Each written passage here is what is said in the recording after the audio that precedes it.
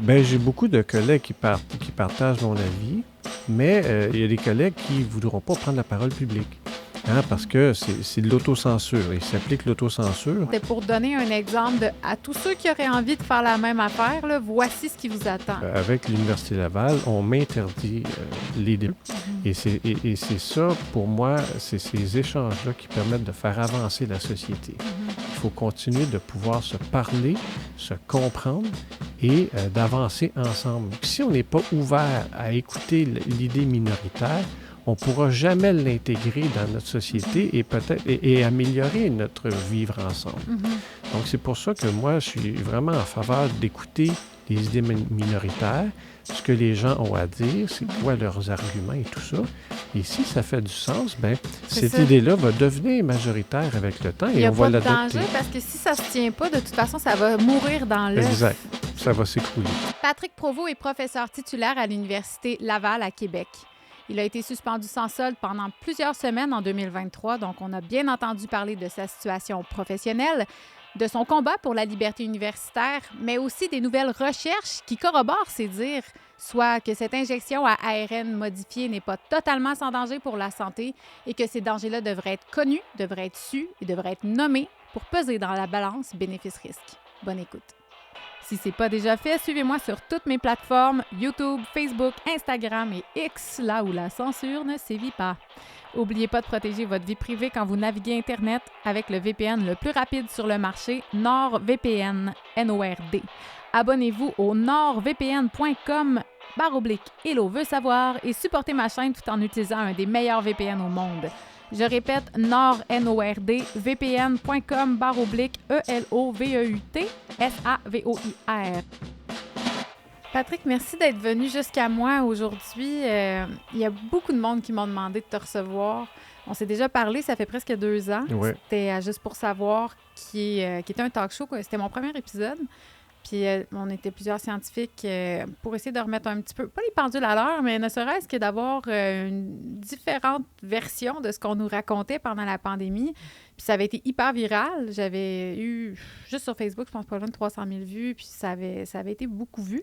Fait que j'imagine que tu t'en es refait parler. Mais avant qu'on rentre là-dedans, je vais te présenter. Pour ceux qui ne te connaissent pas, je pense que la plupart des gens qui me connaissent te connaissent aussi, mais tu es professeur. Mais présente-toi, ça va être plus Oui, donc je suis professeur. Bien, merci d'abord de me recevoir. Plaisir. Donc, je suis professeur titulaire à la Faculté de médecine de l'Université Laval. Je suis chercheur au Centre de recherche du CHU de Québec. Donc, c'est depuis 21 ans maintenant. Bon, quand même. Alors, on peut dire que... Puis, je pense que les ARN, c'est quelque chose que tu connais bien. Oui, c'est une expertise que j'ai développée au fil des ans. Là. Ça fait au moins 20 ans là, qu'on travaille sur l'ARN. Okay. Et un peu plus de 10 ans qu'on travaille sur les nanoparticules lipidiques. Donc, qui sont les 2 composants des vaccins ARN messager COVID-19. C'est ça. On pourra y revenir. Pour ceux qui s'intéressent, j'en ai parlé aussi de ça avec...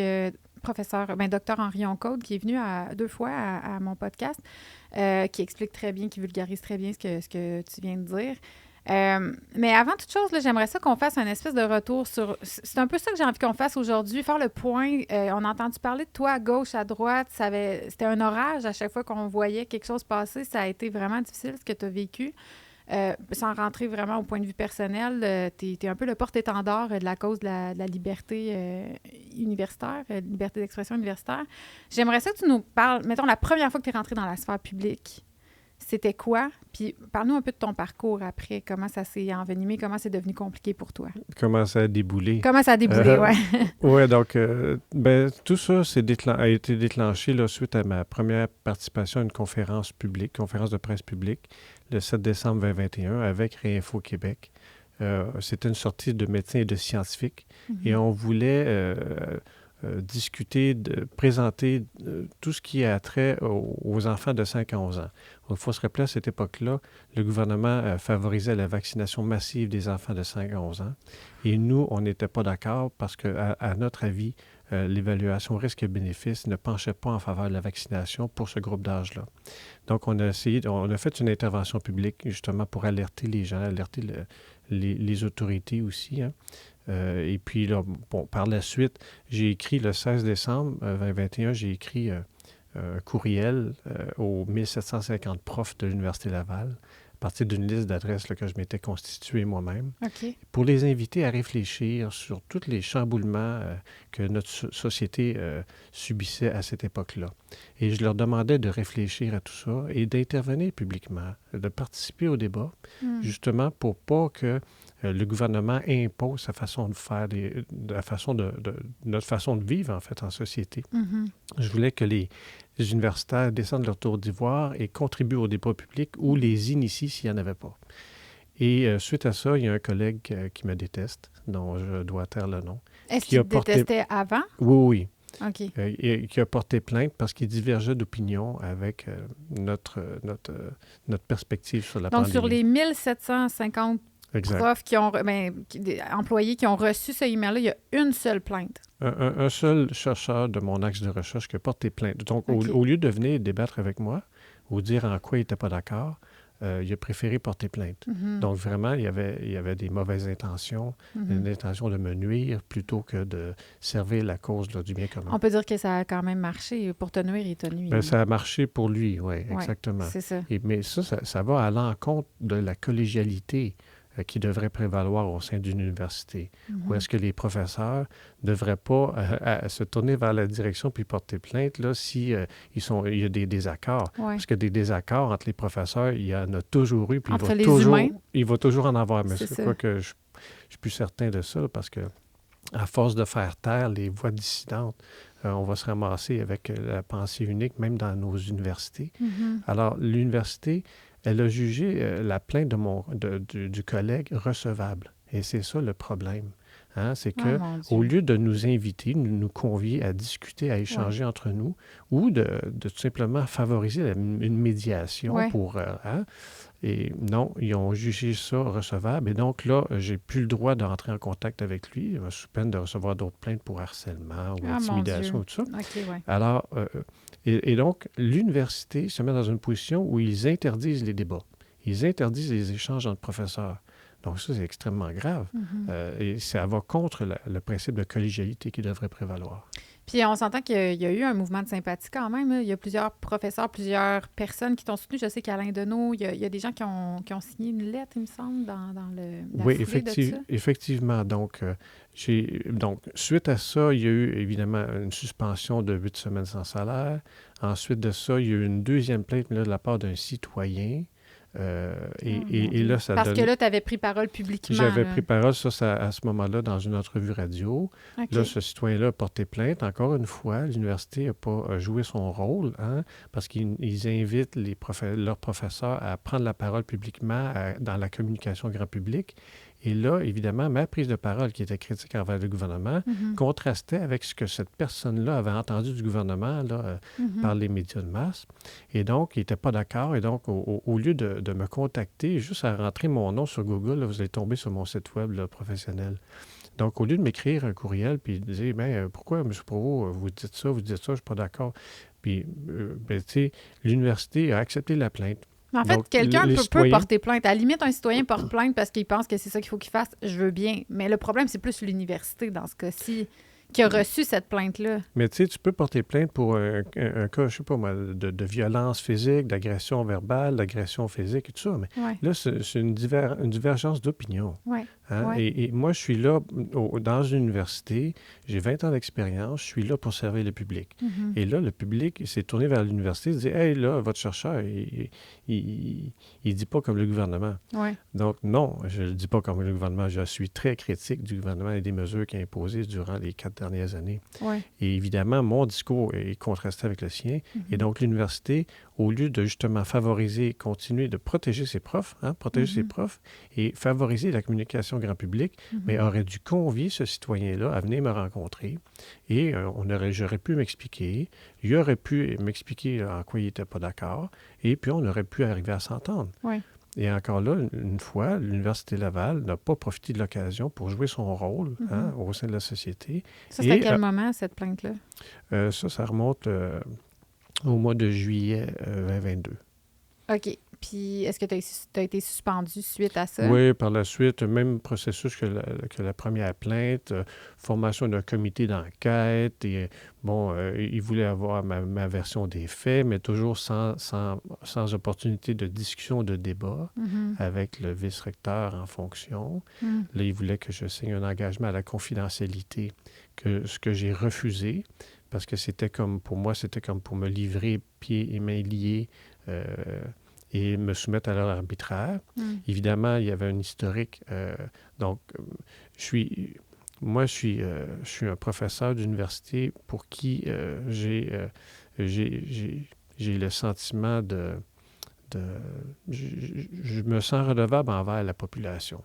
Et non pas, je ne suis pas soumis à l'autorité de la direction de l'université. Ouais. Donc, moi, ce sont les membres de la population qui paient mon salaire, qui font en sorte que j'occupe cette position-là. Donc, évidemment, dans mes interactions et tout ça, ça contraste avec celle de mes collègues. Ouais. Donc, il y avait comme un historique. Bref, les comités d'enquête, évidemment, ils ont recruté des professeurs d'université qui partageaient le narratif du gouvernement pour mettre ces scientifiques-là sur les comités d'enquête, puis évidemment, m'ont trouvé coupable. Mais je pense que les conclusions étaient déjà connues d'avance et ils voulaient juste avoir des signataires au rapport. C'est vraiment et puis là, deuxième suspension, 4 mois sans salaire. Et 4 mois? Oui, exact. OK, donc, c'est plus 8 semaines, là, ça a doublé, donc, là. Oui, bien, c'est un après l'autre. Ah, OK, au total, tu as eu Première 4 mois. plainte, 8 semaines sans salaire. Deuxième plainte, 4 mois sans salaire. OK, c'est ça. Wow. Et ensuite, bon, il y a eu 2 autres suspensions, là, une semaine et ensuite une journée pour l'envoi d'un courriel. Mais ça, bon, regarde... mais tout ça s'est passé la même année? Oui, pratiquement, oui. OK. Mais, tu vois, il y a un moment où est-ce que, quand il y a eu l'imposition de la deuxième suspension de 4 mois sans salaire, là, les collègues ils ont réagi. Oui, c'est là qu'on a eu une réaction. Exactement. Et donc, à ce moment-là, il y a eu des professeurs qui se sont mobilisés et il y a environ 281 professeurs qui ont signé une lettre qui était destinée à la rectrice de l'université, lui demandant de revenir sur sa décision. OK. Et pendant ce temps-là, moi, j'avais été informé d'une autre plainte que l'université avait reçue de personnes plaignantes avec des... puis dans sa plainte, là, on avait plein d'étiquettes là, comme de complotistes et d'antivax et tout ça. Là. Ça veut tellement rien dire. Mais sans aucun fondement réel. Oui. Et l'université, à ce moment-là, avait cette plainte-là et je crois que cette plainte-là devait mener à mon congédiement. OK. Mais l'université, quand ils ont reçu la lettre des 281 professeurs, ont décidé d'abandonner la plainte, de la juger non recevable. Ah, celle-là, ils ne l'ont pas reçue. Donc, celle-là, ils l'ont jugée non recevable. Bon, c'est une bonne nouvelle. Mais je pense que ce que ça démontre, c'est que les professeurs, quand on se mobilise, quand on se tient ensemble, on peut faire pencher la balance de notre côté en faveur de la liberté universitaire là, qui était attaquée. Puis c'était quoi, justement, que les professeurs avaient avancé dans cette lettre-là? Qu'est-ce qu'ils défendaient? Bien, c'est la liberté universitaire, tout simplement. C'est ça. Donc, qu'on soit d'accord ou non avec ce que tu disais, les gens qui ont pris position ne voulaient pas dire forcément qu'ils étaient d'accord avec tout ce que tu avais dit ou les critiques du gouvernement. C'était on devrait pouvoir débattre en tant que professeur d'université. Exact. Et puis, la liberté universitaire, les limites de la liberté universitaire devraient être le cadre de la loi. Hein? Donc, si on s'exprime ou si on prend parole et on incite à la violence, évidemment, ça devrait être sanctionné. Ouais. Donc, si la limite est là. Il y a le juriste Pierre Trudel à l'Université de Montréal qui en fait, c'est de lui là, que je partage la vision là-dessus. Et la liberté universitaire est vraiment la base d'une société démocratique. Donc, la liberté universitaire, elle est plus large que la simple liberté d'expression que tous les citoyens ont dans une société démocratique. La liberté universitaire, ce sont les profs d'université, professeurs d'université, qui peuvent prendre la parole pour porter un message qui est d'intérêt public. Et c'est ça que j'exerce depuis le début. Ouais. Hein? Et je suis sévèrement sanctionné pour le faire. On dirait, en fait, d'un point de vue extérieur, que ton cas ressemble à un peu Un peu comme quand Guillaume Lemay-Tivierge a fait une sortie publique, puis c'est comme si ce qu'on lui a servi comme traitement, c'était pour donner un exemple à tous ceux qui auraient envie de faire la même affaire, là, voici ce qui vous attend. T'es un des rares, je dis pas qu'il n'y en a pas eu d'autres, là, mais un des rares non-retraités scientifiques ou médecins qui a osé se prononcer sur cette question-là pendant la pandémie. Puis tu as risqué ton emploi, là, vraiment, tu as perdu des mois de salaire, tu as 4 enfants, donc tu es un père de famille, les enjeux étaient monumentaux pour toi, mais tu es allé quand même au front parce que c'était important pour toi, puis tu es un gars de conviction. Mais on voit à quel point, puis je connais aussi personnellement Guillaume Lemay-Tivierge, puis je ne vais pas rentrer dans les détails, on sait tout ce qu'il a vécu, là, ça a été vraiment difficile pour lui. Puis à un moment donné, ben t'es forcé à prendre conscience de « Attends, je veux-tu continuer dans ce combat-là? Est-ce qu'il me sert vraiment, le combat? » Je comprends tous ces comédiens qui n'ont pas eu envie de se prononcer publiquement parce que est-ce que Guillaume a vraiment changé quelque chose? Est-ce qu'on a changé les politiques au Québec parce que Guillaume s'est prononcé, à tout le monde en parle? Je pense pas. Tu sais, est-ce que ça valait qu'il perde tous ses contrats? Tu sais, je prends l'exemple de Guillaume pour prendre un autre, mais c'est comme si les rares personnes qui ont décidé de rentrer dans l'arène se sont fait trancher la tête. C'est vraiment ça qui s'est passé au Québec. Donc, je comprends qu'il n'y a pas eu tant de monde que ça qui ont eu envie de t'emboîter le pas. C'est certain. Ça donne pas le goût, là. Pas du tout. Est-ce que tu as des collègues dans l'ombre, quand même, qui t'ont montré leur soutien sans le faire publiquement? Bien, j'ai beaucoup de collègues qui partagent mon avis et qui sont des sympathisants à ma cause, mais il y a des collègues qui ne voudront pas prendre la parole publique. Parce que c'est de l'autocensure. Il s'applique l'autocensure. Ouais. Évidemment, mon cas, c'est justement pour donner l'exemple, comme tu l'as souligné. C'est vraiment de faire de moi un exemple. De dire, regardez, là, si vous vous prononcez publiquement contre le gouvernement, vous allez payer le prix. Et évidemment, il n'y a pas juste les sanctions salariales. Il y a toute la perte de crédibilité, perte de réputation et tout ce qui entoure ça. Ouais. Et puis aussi, si je veux demander de nouvelles subventions à nouveau, mes subventions vont être examinées par des collègues, des pairs, et ils vont voir mon nom, Provost.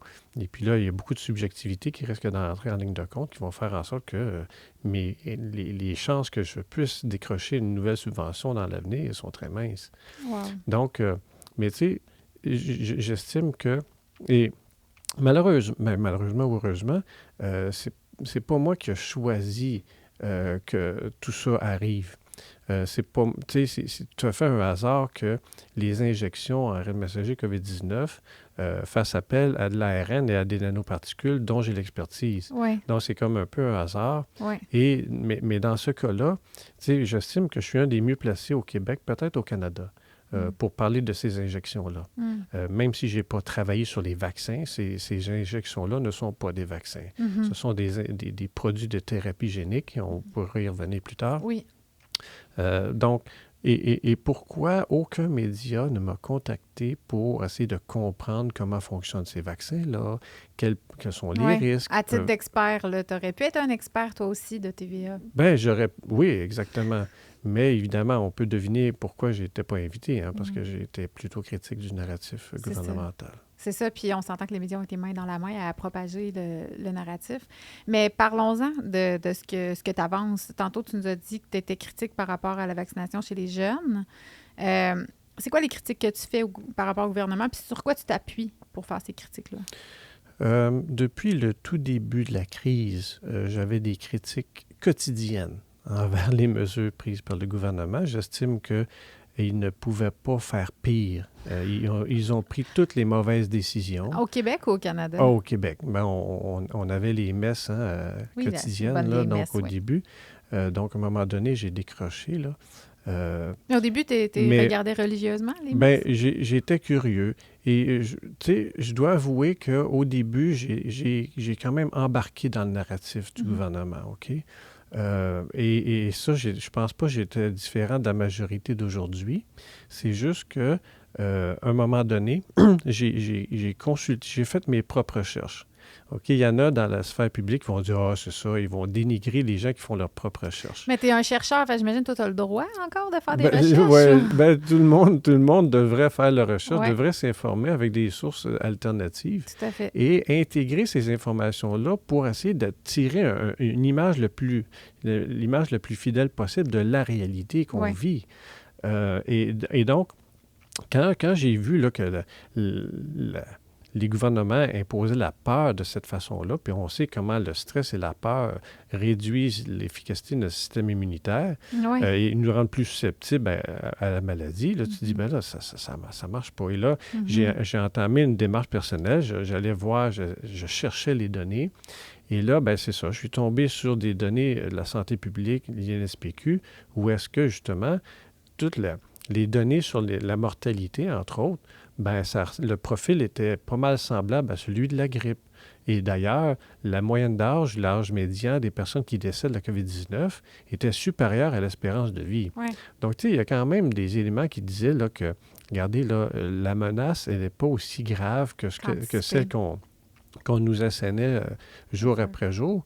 Et là, c'est à ce moment-là que je me suis libéré de la peur. Hein? Avec les données que je voyais que c'était une grippe qui affectait les personnes les plus âgées, les plus vulnérables, les plus fragiles. Et donc, je me suis dit, regarde, moi, j'ai 56 ans, je ne suis pas à risque particulier de la COVID-19. Et donc, je me suis libéré de cette peur-là. Et vraiment, il y a beaucoup de gens qui ne sont pas encore libérés de cette peur-là. Et je les invite à le faire. Parce que c'est vraiment, c'est libérateur. Ça vraiment, ça permet aux gens de garder une certaine lucidité, une rationalité face à tout ce qu'on nous assène depuis le début. Mais les gens, mettons, qui ont peur de faire une forme grave ou qui ont peur que ça aide dans leur sensibilité, sur des gens qui sont plus vulnérables, qui sont diabétiques ou qui ont déjà une petite faiblesse au niveau des poumons. Ou... Souvent, quand j'en parle avec des gens qui se font vacciner, c'est qu'ils disent « Ouais, mais moi, si je l'attrape, la COVID, ça ne pardonnera pas. » Qu'est-ce que tu réponds? Mais, tu sais, il faut aller dans la prévention. Il faut rester en santé, surveiller son alimentation, faire de l'exercice physique. C'est juste la base. Et je trouve que le gouvernement n'a pas porté les bons messages. Tu sais, l'idée, c'était pas de rester chez vous, puis que quand vous êtes trop malade, venez à l'hôpital, on va vous achever. Tu sais, non, sortez dehors, prenez de l'air, marchez, en fait, faites c'est exactement l'exercice. le contraire qu'on nous disait de faire. Oui. Allez à l'extérieur, socialisez. Hein? Et ça, la vie sociale est un élément extrêmement important de la santé. Hein? Mais ça, c'est tous des messages qu'on n'entend pas. Bien, on entend le contraire. C'était ne voyez plus vos familles. Si vous êtes supposé avoir un baptême, un mariage, annulez-le. Il n'y aura aucun regroupement. Tu sais, moi, j'ai eu 2 enfants pendant la pandémie. Là, avoir un shower, c'était en catimini. Il a fallu que ma mère vérifie avec ses voisins si c'est correct, vous n'allez pas nous dénoncer à la police. Tu attends ton premier bébé. Là. Tu sais, c'était vraiment... tout l'aspect humain, social était complètement anéanti, détruit. Puis là, c'est la guerre contre Noël. Là. Tu sais, Noël s'en vient. On voit encore cette année qu'il y a une guerre contre Noël. On n'a plus le droit d'appeler ça Noël. C'est trop catholique. Mais... on a vécu la guerre contre les fêtes, on n'a pas des rassemblements, contre Pâques. Il y a vraiment... Puis moi aussi, ça a été vraiment un gros facteur qui a joué à... J'ai jamais embarqué vraiment même pas une seconde dans le narratif, là.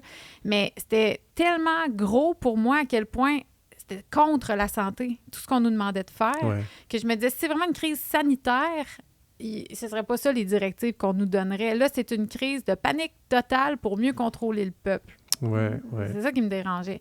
En tout cas, bref, c'était ma petite parenthèse sur le contrôle social, parce que oui, c'est des techniques d'ingénierie sociale qui ont été utilisées.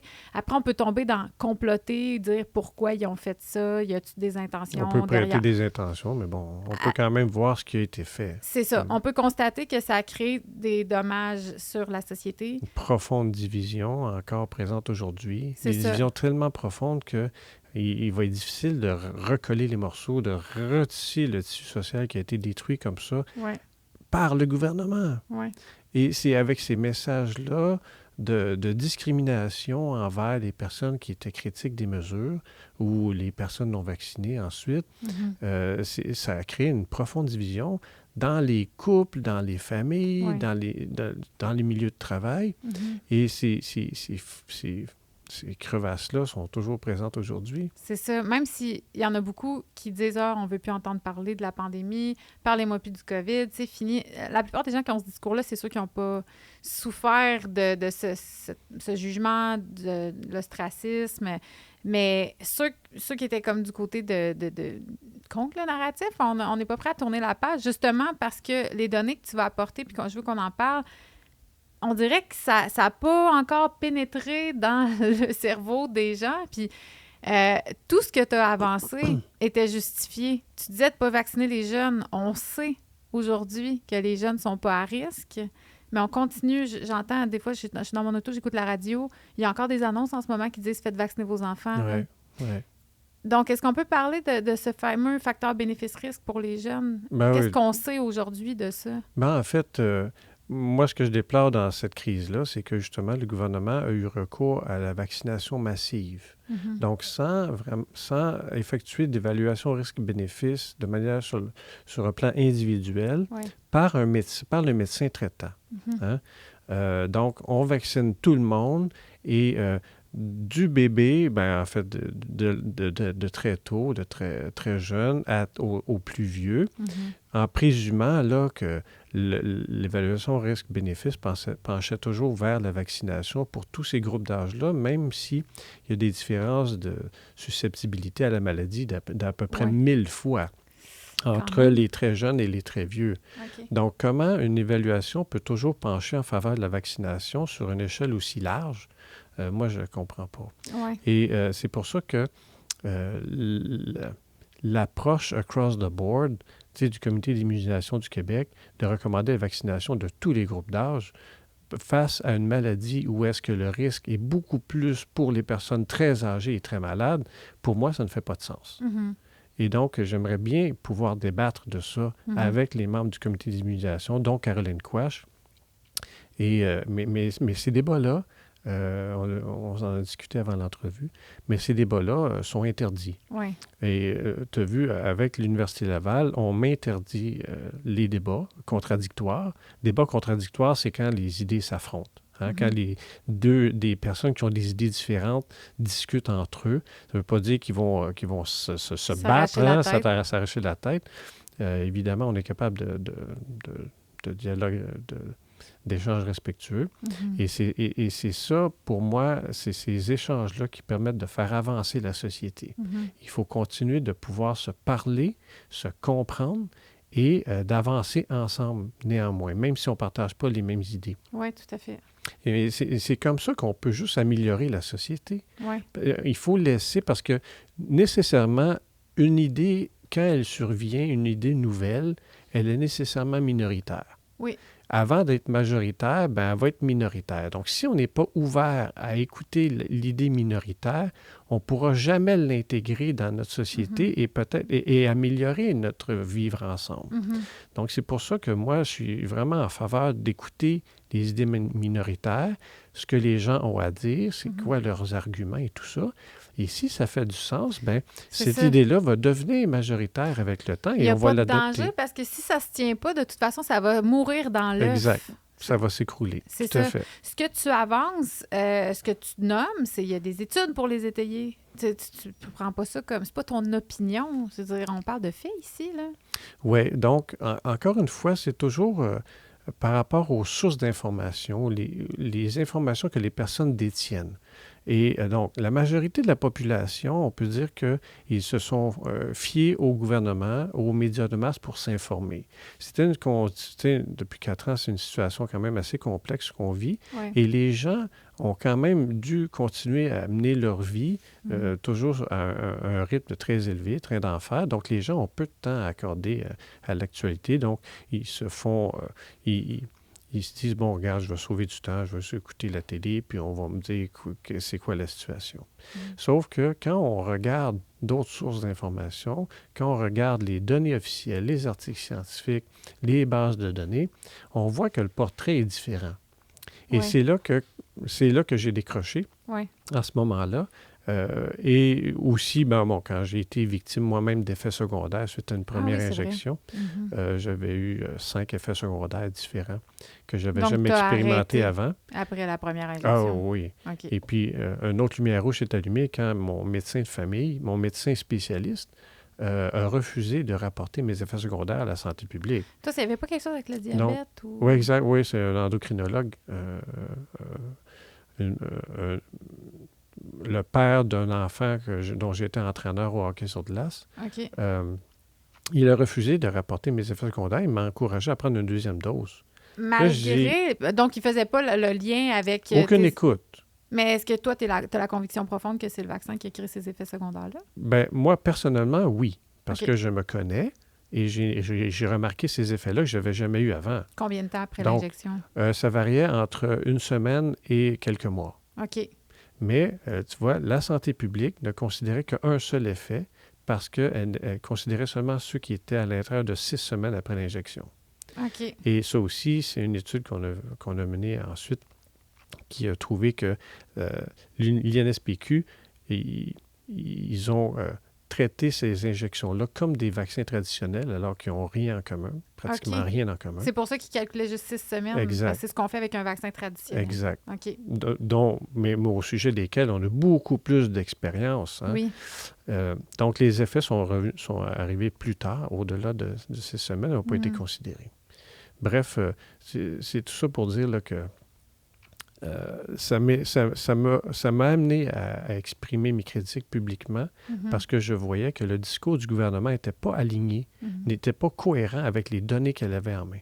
Ouais, OK. Et donc, à partir des données qu'elle avait en main, elle a amplifié une crise, elle a semé la peur par la propagande et un manque de transparence. Et donc, moi, ce n'est pas un mode de gouvernance là, que j'accepte là, dans une démocratie. Oui, non, c'est plus de la démocratie, c'est de l'autoritarisme. C'est le mot. Qu'est-ce qu'on peut dire par rapport à... Parce que ça m'intéresse, les effets secondaires. J'aimerais ça qu'on rentre dans la technologie de cette injection-là. J'en ai parlé avec Henri Oncode, pour ceux que ça intéresse, qui a écrit un livre vraiment très bien vulgarisé là-dessus, d'ailleurs. Ouais. Les apprentis sorciers, chez Albin Michel. Mais si on peut parler un peu de ce qu'on sait, puis on en parlait avant de commencer l'entrevue, mais ce que j'observe, c'est on dirait qu'il y a des études pour donner raison, peu importe qu'est-ce que tu crois par rapport à cette pandémie-là. Souvent, mes trolls viennent m'obstiner sur mes publications pour me dire « Non, c'est pas vrai, le vaccin a sauvé des vies », puis là, ils nous montrent des graphiques. Puis là, après, de mon côté, avec les scientifiques que je reçois, ben non, il y a des graphiques qui montrent qu'après l'injection, il y a des pics de mortalité. Comment t'expliques ça? C'est quoi la vérité dans tout ça, là? On la trouve comment? Bien, c'est difficile. C'est de plus en plus difficile à trouver la vérité. C'est que, tu vois, le débat qui avait lieu dans les congrès scientifiques ou dans les revues scientifiques, c'est maintenant transporté dans le débat public, hein, dans la sphère publique, ce qui n'est pas nécessairement une mauvaise chose. C'est juste qu'il faut que les gens prennent conscience comment la science fonctionne. Et toujours à partir de données, hein, donc c'est une expérimentation, donc on analyse des différents... Bon, ça dépend du domaine de recherche, du domaine scientifique. Mais dans les cas qui nous intéressent, par exemple, l'efficacité de vaccins, bien, il faut regarder quelles sont les données qui sont disponibles, comment elles ont été obtenues, en quoi elles consistent.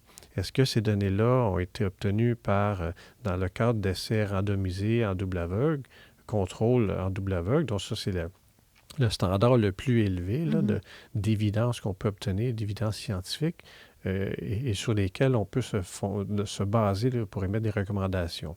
D'ailleurs, c'est ce genre d'études-là où est-ce que sur les masques, sur les moyens de protection physique aux infections, qui déterminait qu'il y avait les évidences les plus fiables montraient que les masques n'avaient à peu près pas d'effet protecteur contre l'infection. Mais il y a tout le temps quelqu'un pour nous sortir la petite étude de « Oui, regardez, le Lancet a dit que... » Bon, là, on ne rentre pas dans le Lancet Gate, mais c'est ça aussi, c'est que souvent, c'est falsifié. C'est des études qui ont été falsifiées. Bien, c'est des études, des fois, qui vont être basées sur des modèles mathématiques, où est-ce que, bon, les chercheurs ajustent eux-mêmes les paramètres. Ah, okay. Et donc, ça peut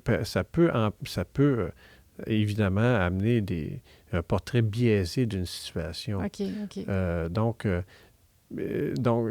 et aussi, bon, je pense qu'on n'aurait pas le temps de couvrir ça dans cette entrevue-là, mais tu sais, toute la question des revues scientifiques révisées par les pairs, qui sont justement financées en grande partie par l'industrie pharmaceutique, en particulier les grands journaux comme The New England Journal of Medicine, The Lancet, British Medical Journal. Donc, ils sont financés par Big Pharma. Oui, exact. Donc, pour arriver à boucler leur budget, ben, pour leurs coûts d'opération et tout ça, ben, ils ne peuvent pas juste survivre en exigeant des paiements par les auteurs des articles qu'ils publient. Donc, il reçoit des commandites par l'industrie pharmaceutique. Évidemment, il y a une pression. Ouais. Et donc, c'est difficile de publier des articles qui sont critiques de l'industrie pharmaceutique ou de leurs produits dans ces journaux-là. Oui. Ça, c'est... Donc, il y a un conflit d'intérêts majeur. Bien, tu sais, le financement de l'industrie pharmaceutique, où qu'il soit, provoque des situations où leurs intérêts dominent.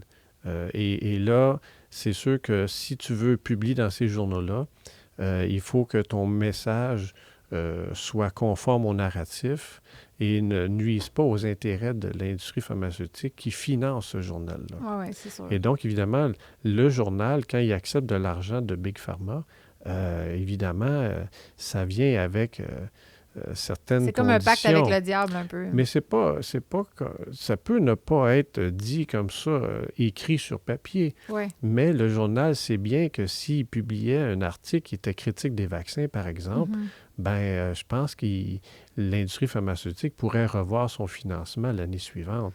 Donc, tu sais, il y a quand même une pression comme ça avec le non dit, non écrit, que C'est tacite, finalement. Exact. Mais justement, j'ai su de sources sûres que c'était la même philosophie pour ceux qui écrivaient dans les journaux traditionnels au Québec.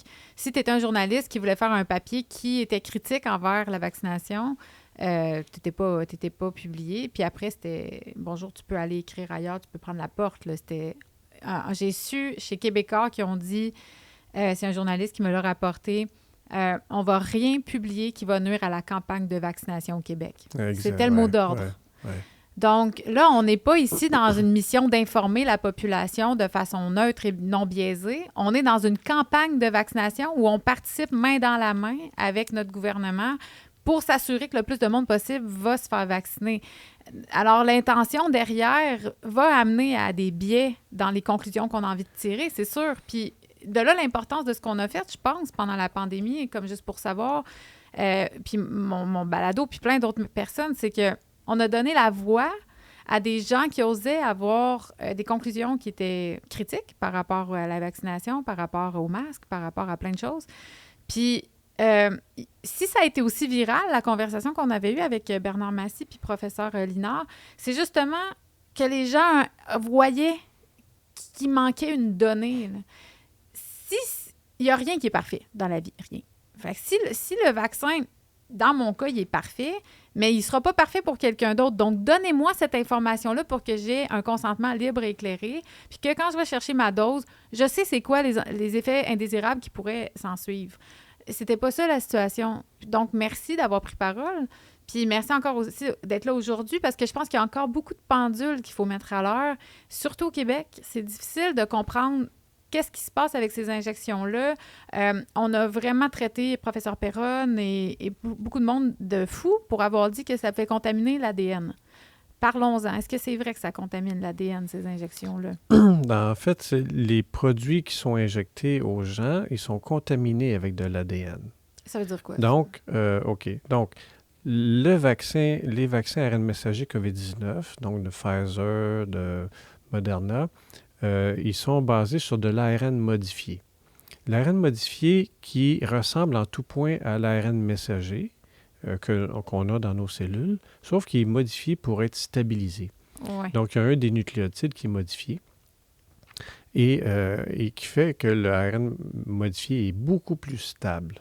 Il est beaucoup moins dégradé et donc sa durée de vie est très, très, très supérieure. Au début, il nous disait qu'il savait la durée de vie. Genre, il parlait de 2 mois, je pense. Non, même pas. Il disait que l'injection restait dans l'épaule et que tout disparaissait en quelques jours. Avec la certitude absolue que c'était ça, la vérité. Oui, c'est ça. Malgré des études qui disaient l'inverse. C'est ça. Parce que des études de Pfizer, même, qui ont démontré que l'injection se distribuait, le contenu de l'injection se distribuait partout dans l'organisme, en particulier dans les gonades. Donc, ces injections-là sont constituées d'ARN modifié. Le nom Moderna, c'est Modified RNA. Moderna, oui. ARN modifié, non pas ARN messager. Encore une fois, c'est pas les bons termes qui sont utilisés. Hein. On utilise ARN messager pour être rassurant, mais c'est de l'ARN modifié. Et cet ARN-là, modifié et est encapsulé dans des nanoparticules lipidiques qui les protègent et leur permettent de voyager partout dans notre corps. Et c'est ce qui arrive. Donc, suite à l'injection d'ARN messager, ça ne reste pas dans l'épaule. C'est distribué partout dans l'organisme. Quand on dit partout dans l'organisme, on dit même que ça peut pénétrer dans des cellules. Ça peut aller loin, Exact. loin dans l'organisme. C'est pas juste, ça se promène pas juste dans le sang. Là. Non, c'est ça. Donc, et les nanoparticules ont la particularité de voyager et aussi de faciliter l'absorption du matériel qu'elles contiennent par les cellules. Okay. Et donc, ça permet de transfecter n'importe lequel de nos cellules. Et ça, c'est un problème parce que, contrairement aux vaccins traditionnels qui restent dans l'épaule et qui incitent le système immunitaire à se diriger vers l'épaule et de monter une réponse immunitaire, là, c'est l'injection ARN messager donne les instructions aux cellules de ton corps de produire l'antigène, spike, la protéine spicule. Oh, oui, OK. Et donc, c'est ton corps qui devient l'usine à fabriquer l'antigène. Okay. Alors que les vaccins traditionnels, l'antigène est contenu dans le vaccin. Mais dans les injections ARN messager, l'ARN messager va permettre à ton corps de produire l'antigène. Donc, c'est toi qui deviens l'usine à fabriquer l'antigène qui est toxique. Donc, c'est une protéine virale qui a des effets toxiques. Est-ce qu'on l'a naturellement dans le corps, la protéine spicule? OK, donc on va se mettre à la produire. C'est-à-dire, oui, exact. Et on ne sait pas quelle cellule ton corps va la produire. On ne sait pas pendant combien de temps. Et ça peut aussi être à la source de réactions auto-immunes. Et là, je veux faire le lien avec les possibles myocardites qui sont... En fait, avec les risques de myocardite qui surviennent suite à une injection dans l'épaule. Quand même assez difficile là, de faire le lien s'il n'y a pas de distribution systémique. Donc, le premier organe vers lequel le contenu de l'épaule est drainé, c'est le cœur. Et donc... moi, mon hypothèse, et j'aimerais ça que ce soit vraiment validé de manière expérimentale et par les autorités, c'est que le contenu de l'injection donnée dans l'épaule va se retrouver au cœur. Et là, il y a des cellules du cœur qui vont être transfectées par l'ARN modifié, qui vont se mettre à produire la protéine spike. Et la protéine spike exprimée à la surface des cellules du cœur, le cardiomyocyte, va inciter les cellules du système immunitaire à reconnaître cette protéine-là à la surface. Donc, les cellules immunitaires vont développer des anticorps, mais vont aussi attaquer cette cellule-là parce qu'elle va dire, hey, si elle porte une protéine étrangère, c'est une cellule étrangère, donc on va l'attaquer. Donc elle se retourne contre ses propres cellules. Là. Exactement. Okay. Exactement. Donc, ça peut être un risque de maladie auto-immune. Et donc, justement, pour les jeunes, et la survenue de myocardite, c'est en particulier chez les jeunes, et c'est là que c'est un risque additionnel pour les jeunes à l'injection. Et quand on compare avec le risque qu'ils ont versus la maladie, ils sont très peu à risque de complications à la maladie, bien là, c'est ça qui fait pencher la balance du côté des risques et en défaveur de la vaccination. Donc, ça revient un peu à ce qu'on disait tantôt pour ce qui est de l'évaluation risque-bénéfice. Parce qu'il y a des risques à la maladie et à l'injection, et il y a des bénéfices à la maladie et à l'injection. Donc, c'est comme ces 4 facteurs-là qu'il faut mettre dans la balance pour arriver à la meilleure décision. Et, bon... Je peux peut-être en surprendre quelques-uns, mais il y a quand même des bénéfices à être infecté par le virus. Oui, quels sont-ils? Parce que ça confère l'immunité naturelle. Évidemment, ça nous place à risque de complications.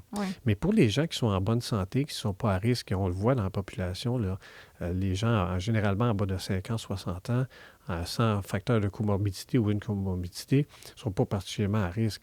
Donc, ces gens-là... Pas à risque d'attraper le COVID, tu veux dire. Pas à risque d'avoir de complications sérieuses ou d'en décéder. OK, oui, c'est ça. Donc, ces personnes-là, une fois qu'ils ont été infectés, moi, je l'ai été 2 fois. Donc, moi, j'estime que j'ai un bon système immunitaire. Il est à jour. Il a vu le virus 2 fois. Donc, j'ai une immunité naturelle qui va me protéger des infections qui vont survenir dans l'avenir avec des variants du virus qui vont être un peu légèrement différents de celui auquel mon corps a déjà été exposé.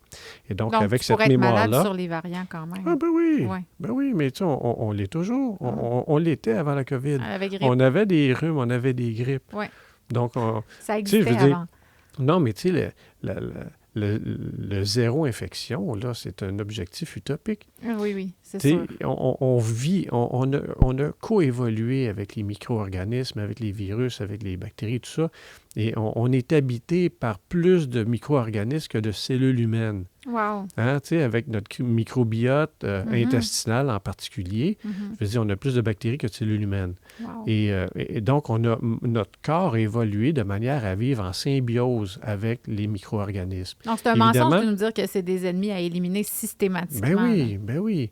Donc, il faut juste apprendre, continuer de vivre avec ces micro-organismes-là. Ouais. Évidemment, il va y avoir des virus qui, à l'occasion, vont provoquer des rhumes, des grippes. Ouais. Bon. Mais ça, il faut continuer d'être exposé, à mon avis.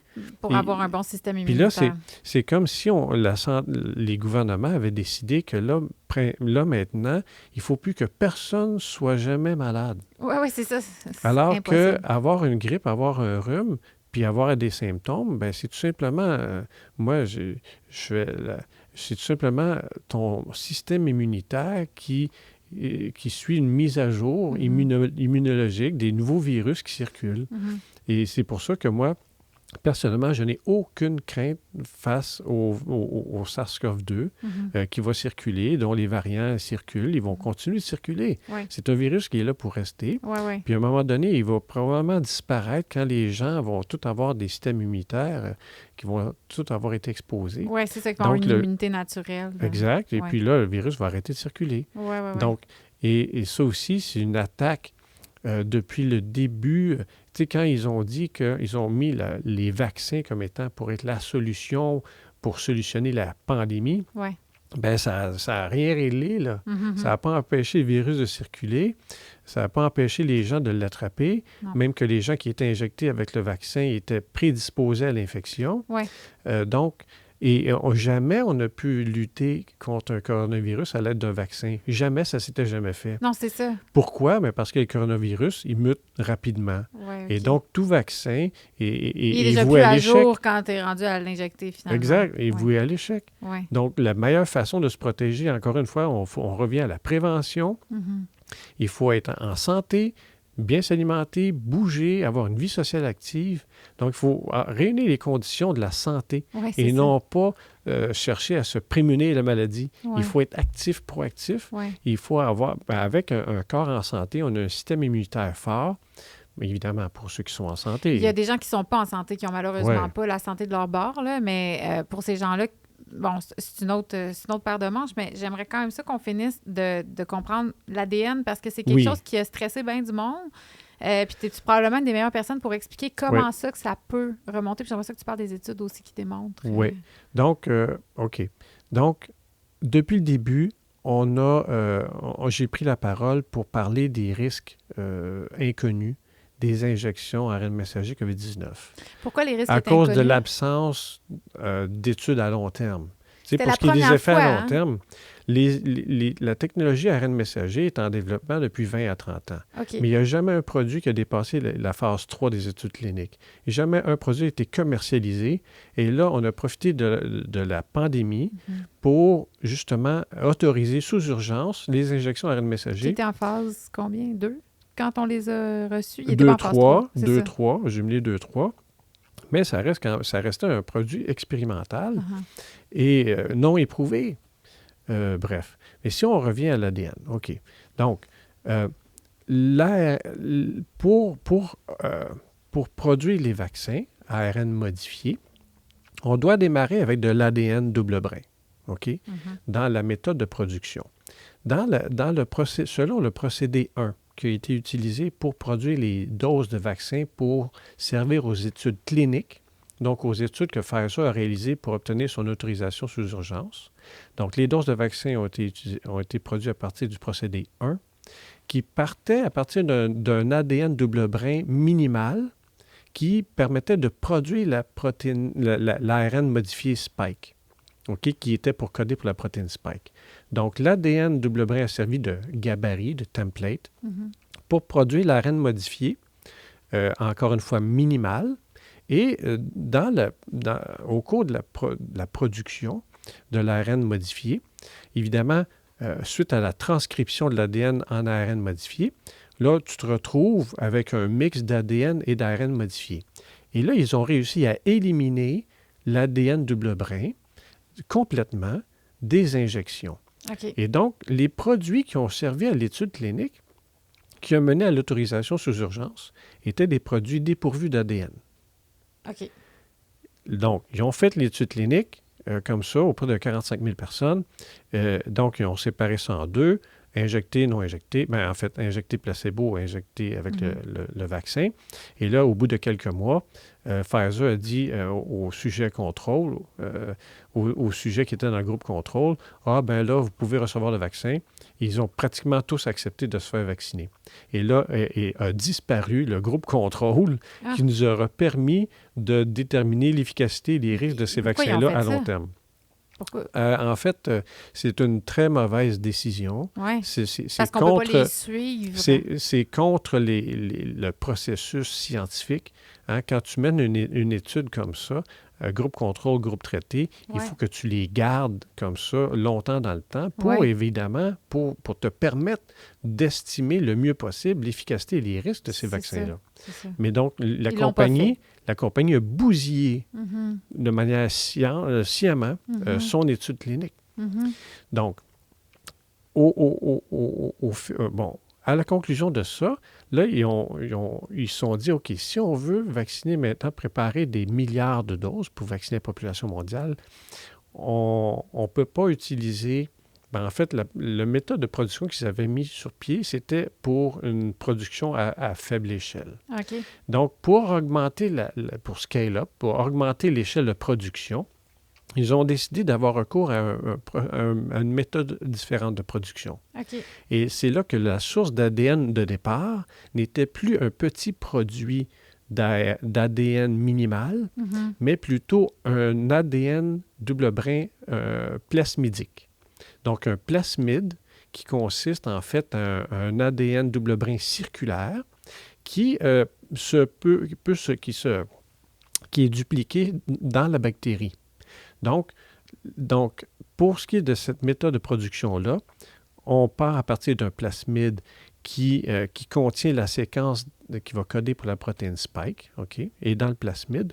Mais dans le plasmide, il y a aussi d'autres éléments qu'on y retrouve, dont l'élément SV40, un SV40 enhancer, un promoteur de SV40, qui est un fragment du virus simien SV40, qui est cancérigène. Okay. Et donc, Pfizer a l'élément SV40, mais pas Moderna. Ils l'ont mis volontairement dedans? Ils ne l'ont pas enlevé, en tout cas. Okay. J'ignore s'ils l'ont ajouté ou ça si, mais ils ne l'ont toxique, pas enlevé. C'est ça? Bon, on va y revenir. OK. Donc, ces plasmides-là ont été introduits dans la bactérie.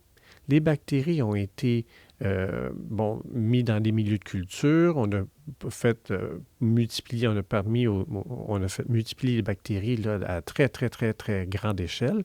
Et ensuite, on a extrait l'ADN plasmidique.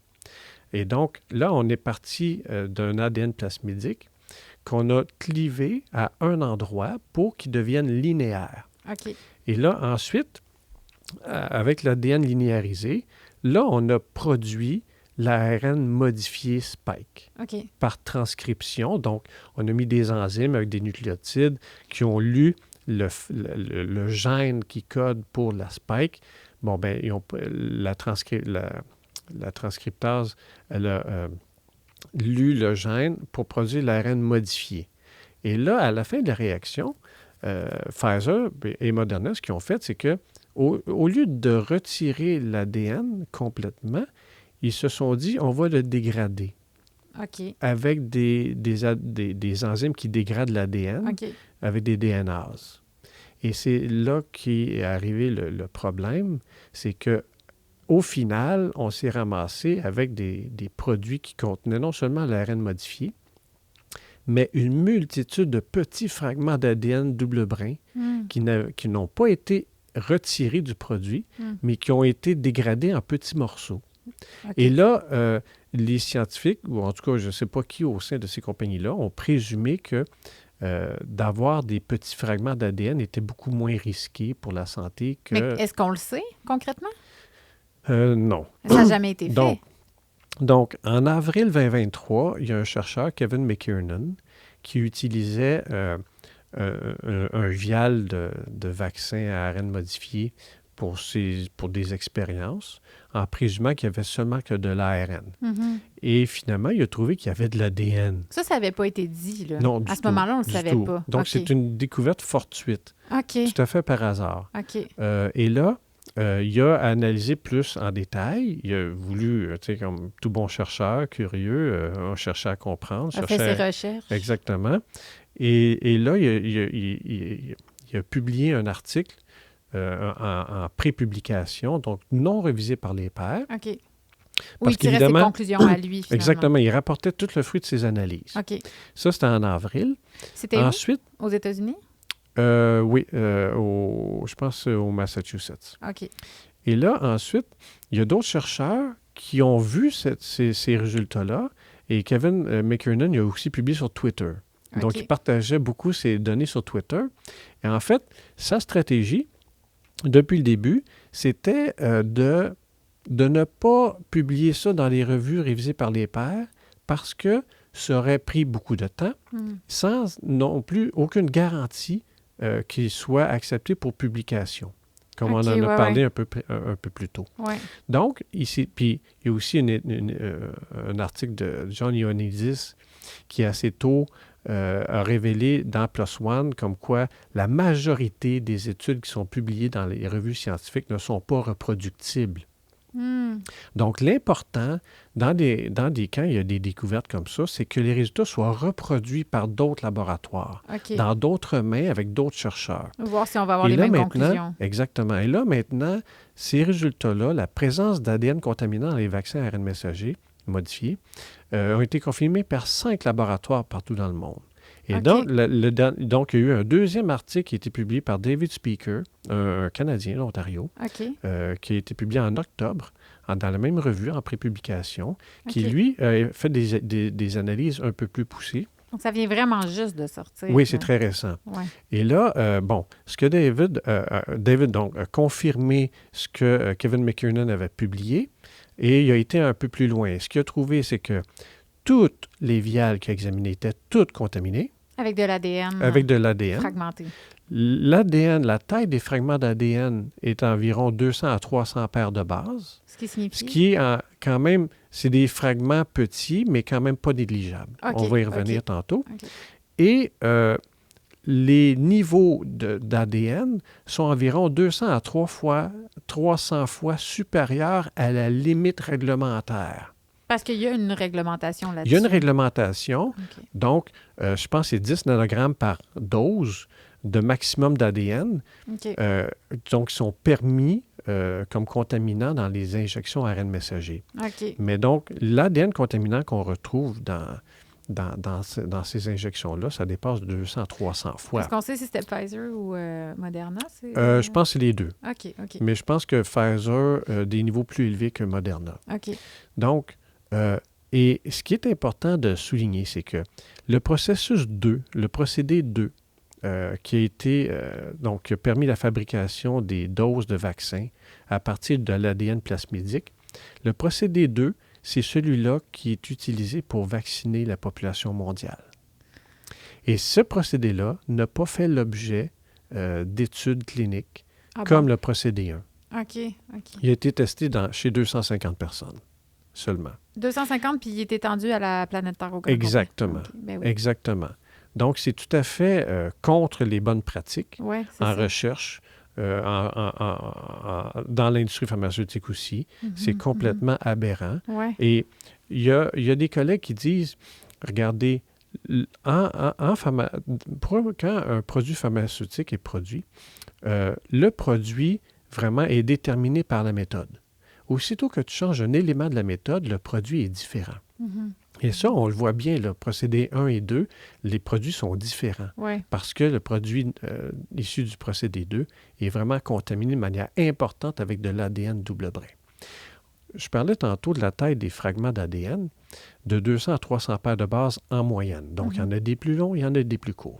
Le segment le promoteur SV40, qu'on retrouve dans le plasmide Pfizer et non Moderna, il est environ de 72 paires de bases. OK. Et donc, si on considère tous les fragments d'ADN qui sont de taille moyenne de 200-300 paires de bases, donc il est fort probable de retrouver des bonnes quantités de promoteurs SV40, étant donné que intact et fonctionnel, parce qu'ils sont seulement de 72 paires de bases. Puis ça fait quoi? Et donc, ce fragment-là, la fâcheuse propriété, une fois qu'elle est dans la cellule, elle se dirige au noyau. Okay. Elle entre dans notre noyau où est conservé notre ADN. OK. OK? On y vient à l'ADN. Exact. Donc, et là, donc, on a dans chacune des injections 200 milliards de fragments d'ADN double brin encapsulés dans chacune de nos cellules? Non, dans chaque dose. Dans chaque dose, il y a 200 milliards. 200 milliards de fragments de petits fragments d'ADN. OK. Donc, il y avait une intention de la compagnie là, pour la faire disparaître, mais elle n'a pas disparu. L'ADN est resté là, mais juste en très petits morceaux. Et ils sont encapsulés dans des nanoparticules lipidiques qui leur permettent d'entrer dans les cellules. Et le promoteur, c'est scandaleux ce que c'est dans et les promoteurs SV40 ont la propriété d'aller au noyau. Il a cette propriété-là. Et ça, on le sait. Là, on le sait avec des publications scientifiques. Là, on a une certitude absolue. Ça, c'est établi. Et donc, une fois que le promoteur SV40 est dans le noyau, il reste une étape, c'est-à-dire lors de la réplication du matériel génétique ou s'il y a une cassure, comme il en arrive à tous les jours, eh bien, il pourrait y avoir une insertion du promoteur SV40 dans notre génome. Et là, une fois que c'est inséré dans notre génome, c'est une modification qui est permanente, qui devient permanente. Une étude dans la revue Nature a établi que 7% des cellules qui sont transfectées de la sorte, on y voit une modification, une intégration dans notre génome. 7% de nos cellules. Donc, moi, ce que ça me fait dire, c'est qu'il est fort probable que chaque personne qui a reçu une injection COVID-19 a au moins une de ces cellules qui a été modifiée génétiquement. OK. Et donc, là, est-ce que l'insertion va avoir des impacts? On ne sait pas. Si l'insertion survient dans une cellule des gonades, c'est quoi ça? Au niveau des spermatozoïdes ou de l'ovule, de la reproduction. Bien, oui, des cellules reproductrices.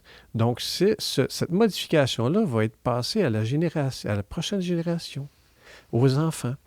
Et donc, c'est vraiment inquiétant.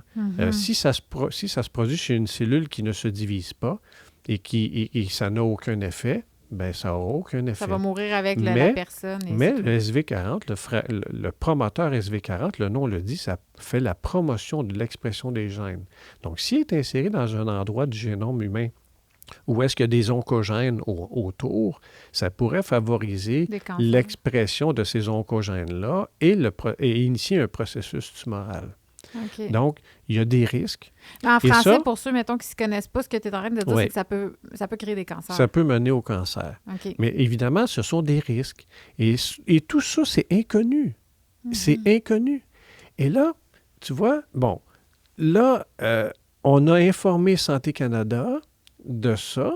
Parce que, Santé Canada, c'est ça. C'est eux qui approuvent les nouveaux produits, dont les vaccins à ARN messager COVID-19.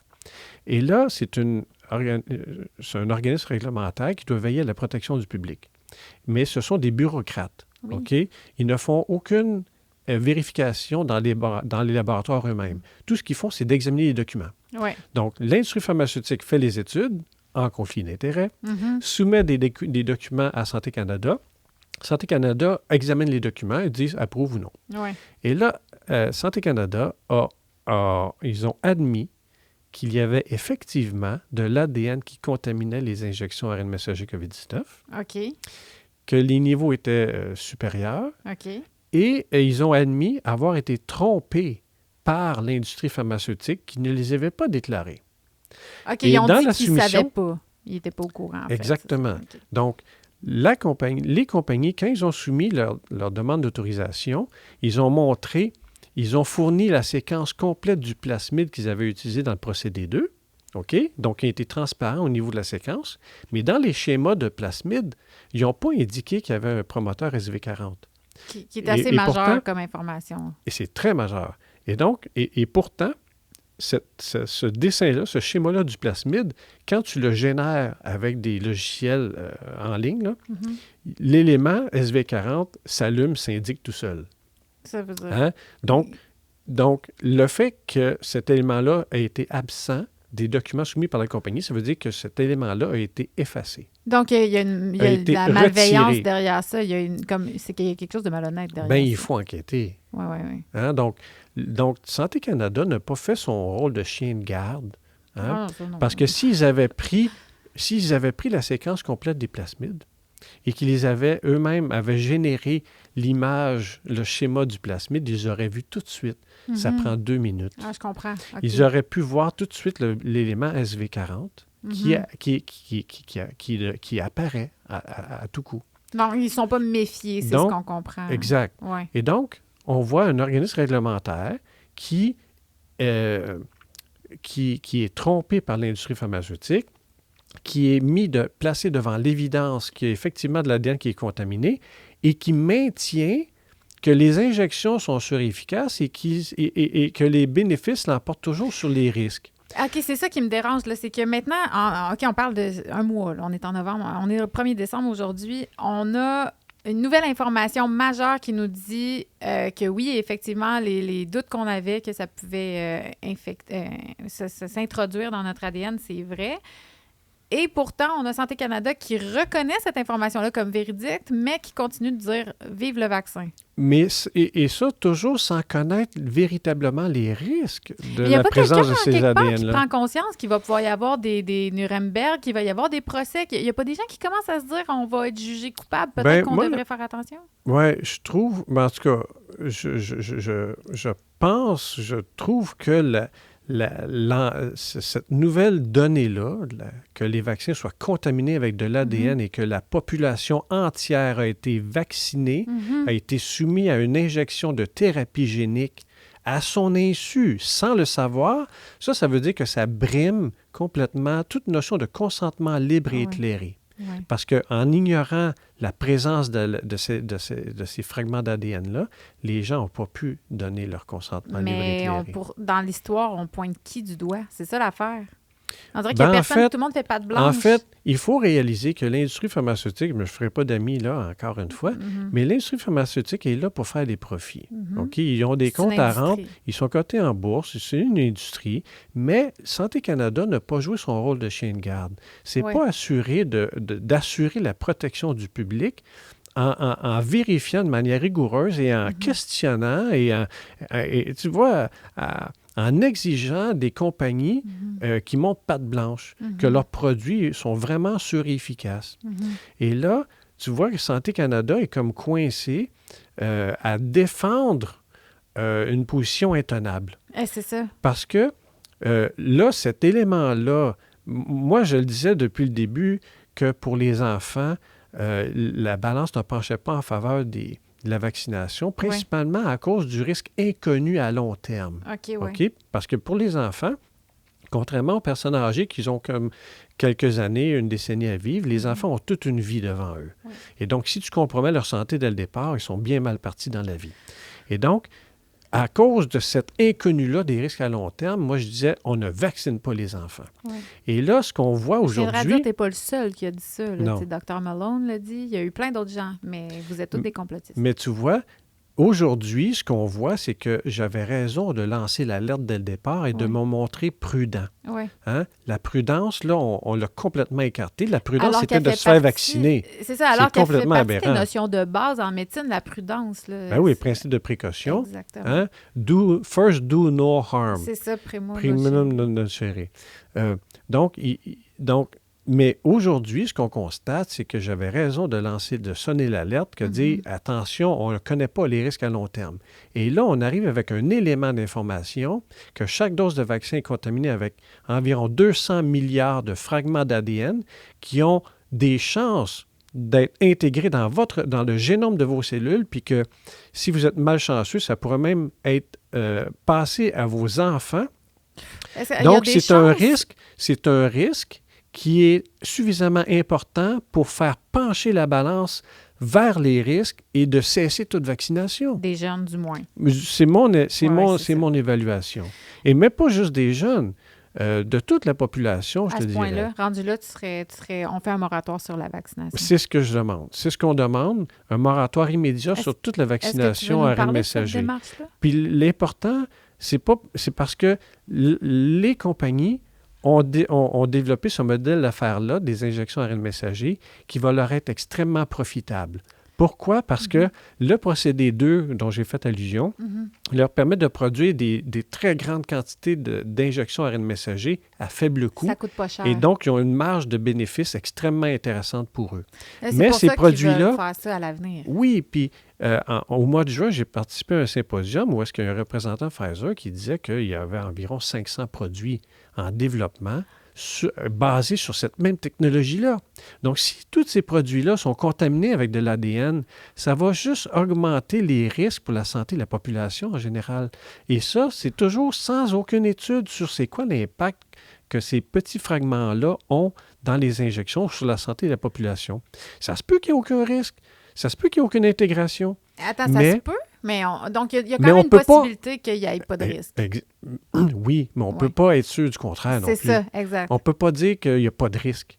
Et moi, c'est ça que je veux avoir comme évidence avant d'aller injecter toute la population entière. Surtout en vaccinant tout le monde, parce que là, on n'est pas dans un concept... Bon, j'ai voyagé énormément. Quand je pars en voyage, si je vais en Afrique, je me fais vacciner pour la fièvre jaune. Tu sais, il y a quand même une petite immunité qu'on a envie d'avoir quand on débarque dans un pays qui a des bactéries qu'on n'a pas, des virus qu'on n'a pas. Mais... je me gère ma propre immunité quand je vais en voyage, puis je n'arrive pas dans un pays en disant à tout le monde « Avez-vous tous eu votre vaccin pour la fièvre jaune? » Tu sais, je me gère. Ici, c'est si tu n'es pas vacciné, tu me mets en danger. Tu sais, on a comme complètement changé la logique autour de ce que c'est de se faire vacciner. Puis en plus, c'est ça, j'ai reçu Dr Fouché, j'ai plusieurs personnes qui sonnent l'alarme, comme tu le fais, à dire c'est pas juste le vaccin COVID, c'est tout ce qui s'en vient. Là, on va vraiment comme voir un changement de vaccin, en tout cas, appelons ça vaccin, mais traditionnel. Oui, mais là, qui sont comme tassés. L'industrie veut remplacer les vaccins traditionnels qui sont longs à produire, qui sont coûteux, par une stratégie d'ARN messager qui est très rapide et peu coûteuse et où est-ce que la marge de profit est plus intéressante. Donc, et on veut remplacer ça alors qu'on n'étudie même pas c'est quoi les conséquences de la présence de ces petits fragments-là d'ADN. Moi, encore une fois, en l'absence de données, de risque, de ce risque-là, moi, je le présume comme étant important.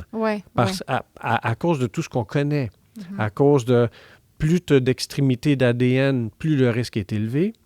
Tu as l'ADN SV40 dans les vaccins Pfizer qui va directement au noyau. Et donc, il y a des risques d'intégration réels chez toutes les personnes qui ont été vaccinées. Et ça, je vous rappellerai que les décrypteurs disaient que non, les vaccins ne modifient pas notre génome. On peut-tu les rappeler? Moi, j'aimerais avoir la preuve qu'il n'y a pas de modification de notre génome. C'est ça que moi, je m'attendrais de l'industrie qui démontre la preuve qu'il n'y a pas d'intégration dans notre génome. Et non pas, c'est pas à nous de démontrer qu'il y en a une. Non, c'est à eux de démontrer que le produit est vraiment sécuritaire et qu'il n'y en a pas d'intégration dans notre génome, pas de modification. C'est ça, parce que quand tu es venu à mon émission, les décrypteurs, parce qu'elle a été très populaire, les décrypteurs s'en sont emparés et vous ont décrypté les 3 invités que j'avais reçus. Et c'est ça, je trouve particulier, parce que plus ça va, plus l'histoire nous donne raison. Mais ils n'ont pas refait une émission pour s'auto-décrypter puis faire « Ah, excusez, finalement, on s'est trompé, il y avait raison. » Non, puis tu vois, ça continue de marquer l'imaginaire. Parce que leur message de nous associer à la désinformation et tout ça, ça nous discrédite pour de bon, alors que si le temps nous donne raison, cette perception-là dans la population n'est pas corrigée. Non, exactement. Puis ça revient... je poursuis Google, YouTube, comme on parlait avant de commencer l'entrevue. Puis c'est vraiment quelque chose que mes trolls me reprochent, c'est de faire de la désinformation. Puis quand je pose la question, faites juste me nommer une désinformation que j'ai faite. Ah, c'est Silence Radio, il n'y a personne qui me répond. Parce qu'ils ne savent pas. Ils ont vu une émission, c'est décrypteurs. En fait, elle a fait de la désinformation. On la met dans une catégorie, puis on n'écoute plus rien de ce qu'elle dit. Parce que tout ce qu'elle dit, c'est des folies, des mensonges, de la paranoïa, du délire psychotique. C'est ça que je trouve dommage, parce qu'on n'a pas de débat, on n'a pas de discussion rationnelle. On n'est pas assis en train de faire « OK, mais regarde, s'il y a quelqu'un qui a envie de dire « Non, c'est pas vrai ce que tu dis puis non, il y a des études qui prouvent que c'est pas vrai », ben OK, mais on va les mettre sur table, on va en discuter, on va en Exact, parler. Mais exact. c'est juste ça qu'on... Nous, on Exact. veut juste être informés, là. Tout ce qu'on veut, c'est savoir ce qui se passe. Ben, encore une fois, c'est toujours de viser la protection du public. Hein? Et puis là, il faut justement être capable de se parler. Ouais. Et moi, je suis tout à fait contre l'utilisation de termes comme désinformation, mésinformation, qui impliquent de mauvaises intentions. Ouais. Hein? Évidemment, il y en a qui sont mal intentionnés, mais c'est c'est pas de pas notre la bord. majorité. Ouais. La majorité veulent la vérité. Ils veulent comprendre, ils veulent avoir accès au maximum d'informations pour vraiment avoir la meilleure compréhension globale de la situation. Mais ces termes-là, complotistes, anti-vax, donc ça, ce sont des étiquettes qui sont apposées sur des arguments ou des personnes qui sont critiques du message de la pensée unique des gouvernements. C'est ça. Et ça brise toute possibilité de débat. Oui, bien, c'est tellement creux, c'est vide, ça veut rien dire, c'est du vent. Mais je pense que quand tu prends la peine de t'asseoir une personne en face de toi, tu vas pouvoir discuter. C'est facile juste de généraliser. Il y a un pan de la population terrible qui ont supporté Éric Duhaime, là, comme ceux-là, comme s'ils ne faisaient pas vraiment partie du Québec, puis qui n'écoutent pas vraiment la télévision quand ils sont en train de parler d'eux autres comme des malades. C'est comme, on a des généralités qui sont extrêmement creuses, qui ne servent à rien. Puis après, on a des humains. Puis comme tu viens de dire, tous ces humains-là veulent le bien. Comme je dis souvent, c'est une exception, là, les psychopathes qui veulent notre mal. C'est juste plate parce qu'ils nous dirigent, la plupart. Mais, les gens, ils veulent le bien. Là. Mais c'est là que je trouve que les autorités sont malhonnêtes parce qu'ils font des amalgames. Hein? Ils veulent associer les personnes qui sont critiques, comme moi. Ouais. Ils essaient de nous amalgamer avec une frange très, très, très minoritaire là, qui sont malveillants, mal intentionnés. Oui, c'est ça. Donc, et moi, en tout cas, je déplore aussi le travail des médias traditionnels tout à fait. qui ont utilisé et continuent encore aujourd'hui d'utiliser toutes sortes d'étiquettes pour dénigrer les personnes qui sont critiques, qui ont une vision différente de la crise. Ouais. Et ça, c'est tout simplement pas sain. Je voudrais aussi revenir sur une intervention publique qui a été accordée par Jean-François Tlich, le journaliste du Soleil. Il m'a décrypté, lui. Oui. Donc, moi aussi, il me salit de manière malhonnête. Mais il a révélé en mai 2021, en pleine pandémie, dans une conférence Zoom, il a révélé l'existence d'une trame narrative des médias. Oui.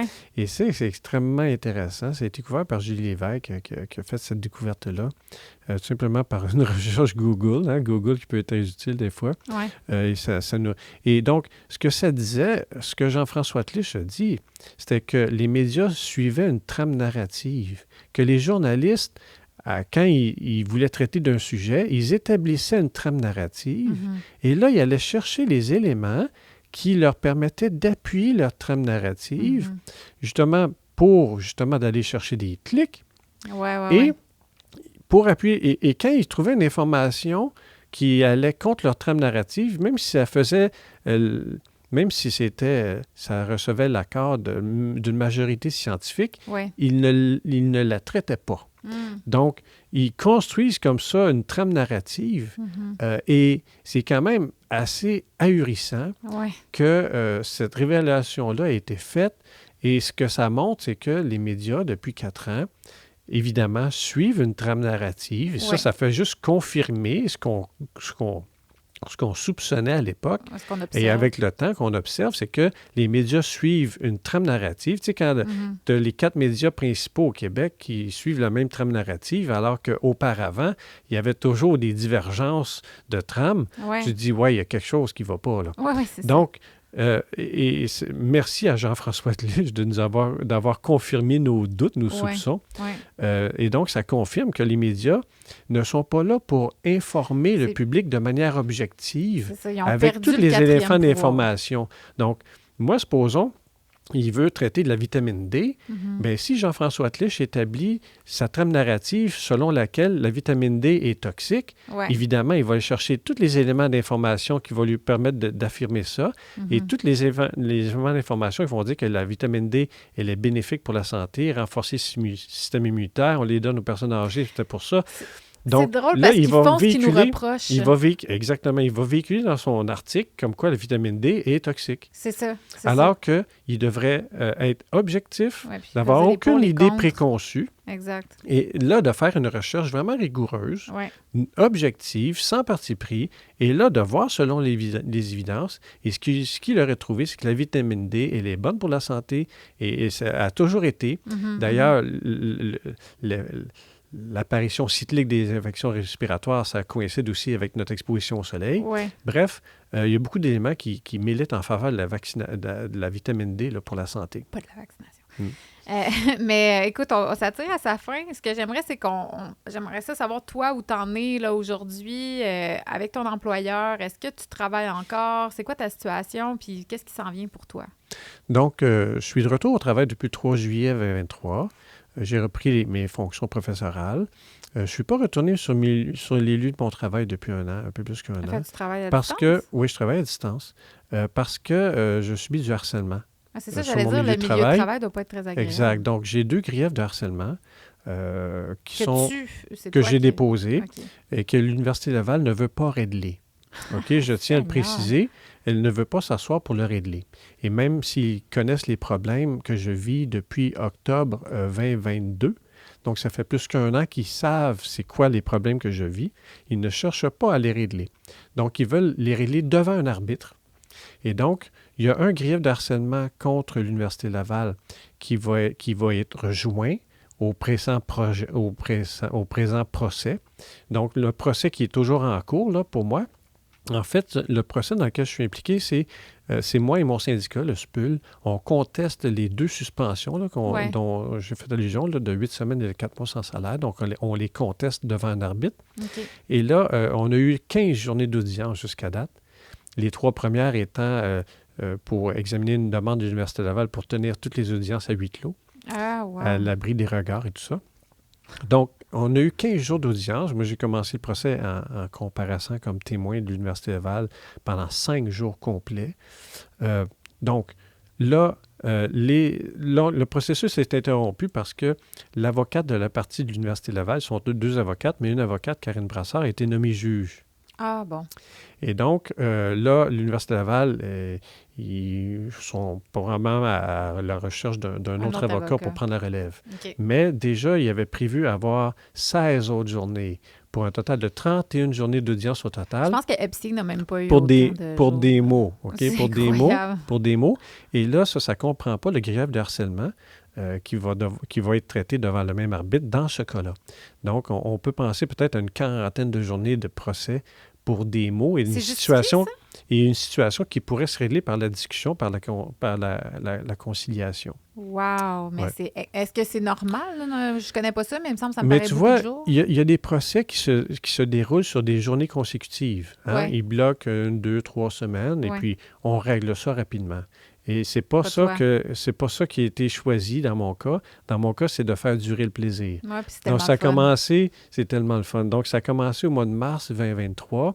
Et là, ça va s'échelonner probablement jusqu'en juin, puis peut-être même jusqu'à la deuxième moitié de 2024, avec une décision au moins 3 mois plus tard. Donc, tu dois tellement être épuisé. Là, ça. Donc, mais tu sais, c'est des processus qui sont très longs, mais tu sais, moi, je vois bien là, que les intentions derrière ça, c'est d'arriver à m'épuiser. Et évidemment, ça apporte ses fruits. Je veux dire, c'est pas des processus qui sont agréables et tout ça. Je l'ai pas choisi. Non. Et j'aimerais mais mieux... tu vas aller au bout. J'aimerais mieux poursuivre ma vie, la petite vie que je menais tranquille avant que cet épisode-là survienne. Fait que là, pour l'instant, tu travailles, tu n'as pas d'autres plaintes qui s'en viennent, tu n'as rien. Sauf celle-là qui s'échelonne. Oui, il y a une plainte, c'est-à-dire que l'Université Laval a retenu contre moi 2 vidéos que j'ai données, 2 entrevues que j'ai accordées qui parlent vraiment du détail du contenu des vaccins et tout ça. Donc, c'est quelque chose qu'ils retiennent contre moi.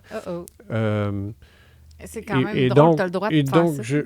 Regarde, si j'ai pas raison, qu'on me dise qu'est-ce que j'ai dit de pas correct et pourquoi on n'accepte pas de débattre avec moi. Dans tout ce processus-là, j'ai jamais été capable de discuter avec le signataire des lettres de suspension.